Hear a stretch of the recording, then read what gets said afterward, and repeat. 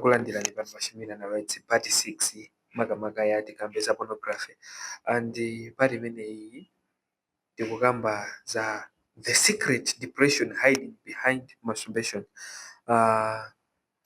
Chichewa chake ndinganene kuti chani kapena mwina kukhumudwa kumene kumakhala pasi pathu kumene kumadza kamba kodzigwira tokha mwina chichewa chomveka bwino nditero.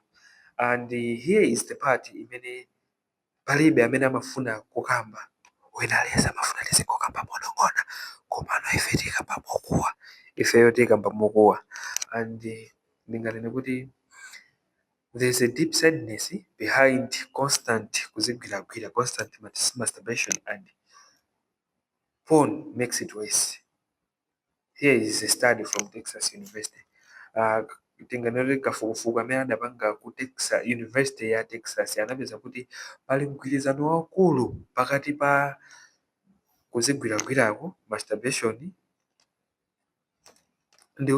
ndi pornography and high rates of depression and anxiety.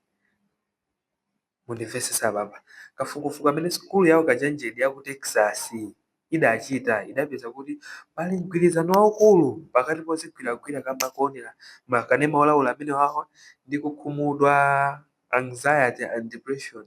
Izi sizazibambokha komanso azimayi zili chimodzimodzi. Kodi n'chifukwa chani zili chonchi? Okay, kafukufuku adapeza kuti pamene munthu amaliza kuzigwirako kumakhala chemical crush mu ubongomo, zimachokapo kuti umafuna uzisangalase, nthawi yomweyo zimafika podandaula kuti ndimapangiranji, kenako umamva kutopa komanso umakhala ndi mamudi komanso china you are lost in mind, mwachidule you regret it but the cycle repeats. Chifukwa akuti mmene mukuzichitachitamo ndi the more ubongo wathu umakhala ukuzilukanso kuti uzikhala ukhumudwa, ubongo wathu umasiya kupanga respond ku chimwemwe chenicheni, umayamba kuzipanga isolate, umakunda kukhala pawekha, umafuna kuti uzikhala ubisala ndithu. I don't know the psychology apopo sindinafufuze kwambiri komano kafukufukuyo adapeza choncho.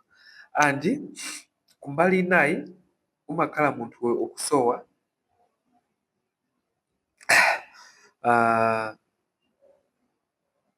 ndinganene chani, munthu wewe umakhala ukusowa chabwino kuti kaya uziposta zithunzi zako kuti anthu azikuona komano iweyo mumtima mwenimweni pasi pakopo you are outside, umakhala watayika zenizeni. So mutengaka every time ine mumapanga fake pleasure imene jayi mumapanga delay real healing, mtima wanu sungabwererenso. So part 7 tifotokoza mmene akanema olaula amene wawa akutipangira training kuti tikhale opanda mphamvu. Mumvetsetse pamenepo tifotokoza mmene akanema olaula akutipangira training kuti tikhale opanda mphamvu.